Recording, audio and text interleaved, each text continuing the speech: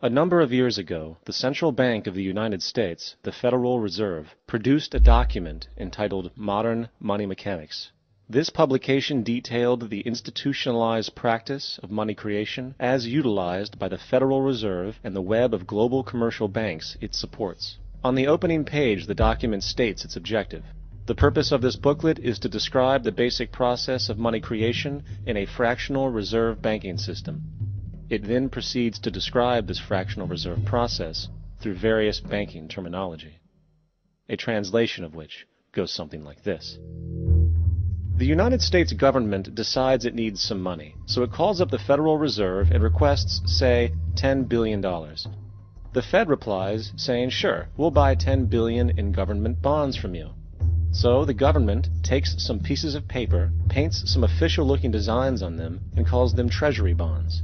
Then it puts a value on these bonds to the sum of $10 billion and sends them over to the Fed. In turn, the people at the Fed draw up a bunch of impressive pieces of paper themselves, only this time calling them Federal Reserve notes, also designating a value of $10 billion to the Fed. The Fed then takes these notes and trades them for the bonds. Once this exchange is complete, the government then takes the $10 billion in Federal Reserve notes and deposits it into a bank account.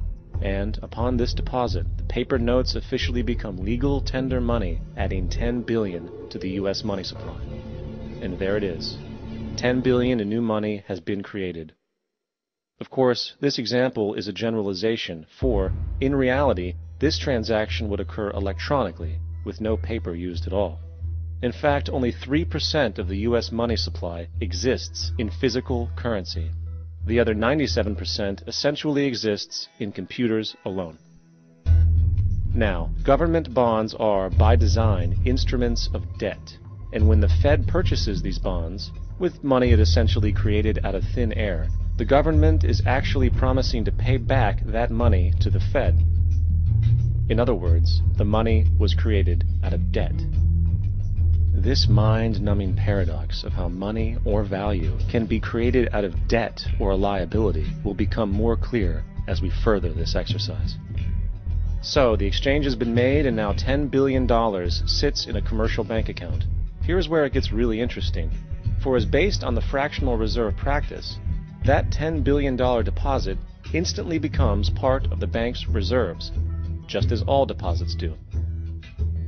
And regarding reserve requirements, as stated in Modern Money Mechanics, a bank must maintain legally required reserves equal to a prescribed percentage of its deposits. It then quantifies this by stating, under current regulations, the reserve requirement against most transaction accounts is 10%. This means that with a $10 billion deposit, 10% or $1 billion is held as the required reserve, while the other $9 billion is considered an excessive reserve and can be used as the basis for new loans. Now, it is logical to assume that this $9 billion is literally coming out of the existing $10 billion deposit. However, this is actually not the case. What really happens is that the $9 billion is simply created out of thin air on top of the existing $10 billion deposit. This is how the money supply is expanded. As stated in Modern Money Mechanics, of course they, the banks, do not really pay out loans from the money they receive as deposits. If they did this, no additional money would be created. What they do when they make loans is to accept promissory notes, loan contracts, in exchange for credits, money, to the borrower's transaction accounts. In other words, the $9 billion can be created out of nothing simply because there is a demand for such a loan and that there is a $10 billion deposit to satisfy the reserve requirements. Now, let's assume that somebody walks into this bank and borrows the newly available $9 billion.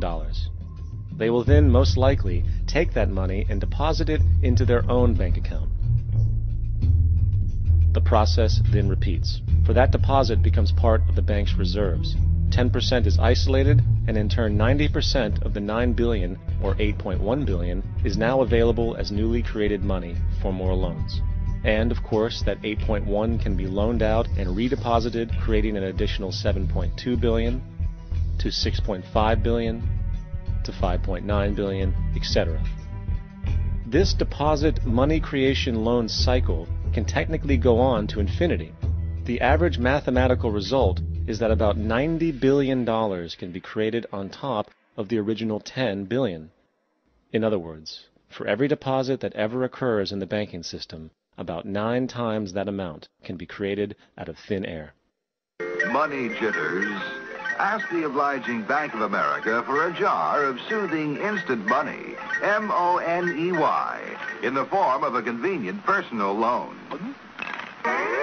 So, now that we understand how money is created by this fractional reserve banking system, a logical yet elusive question might come to mind. What is actually giving this newly created money value? The answer? The money that already exists. The new money essentially steals value from the existing money supply.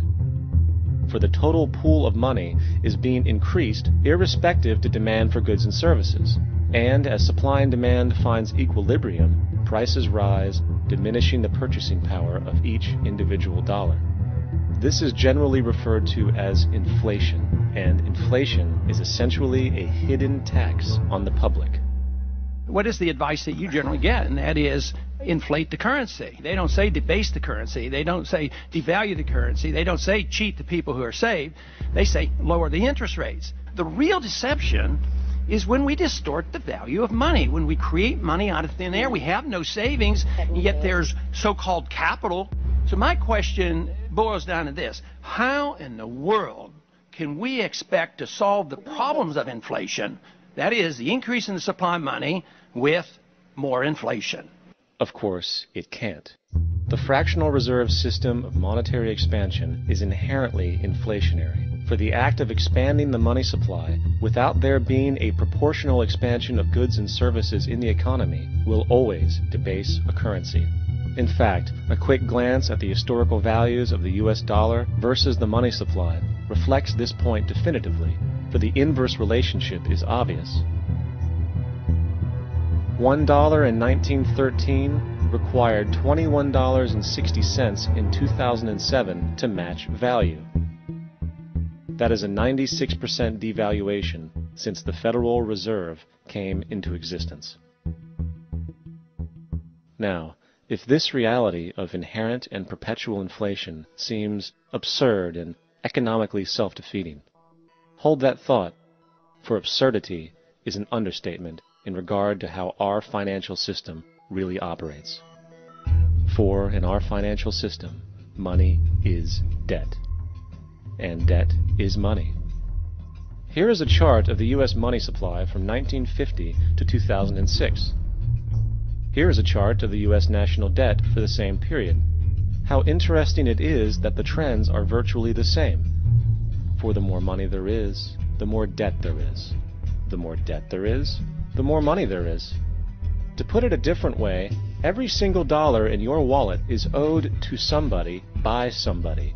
For remember, the only way the money can come into existence is from loans. Therefore, if everyone in the country were able to pay off all debts, including the government, there would not be $1 in circulation.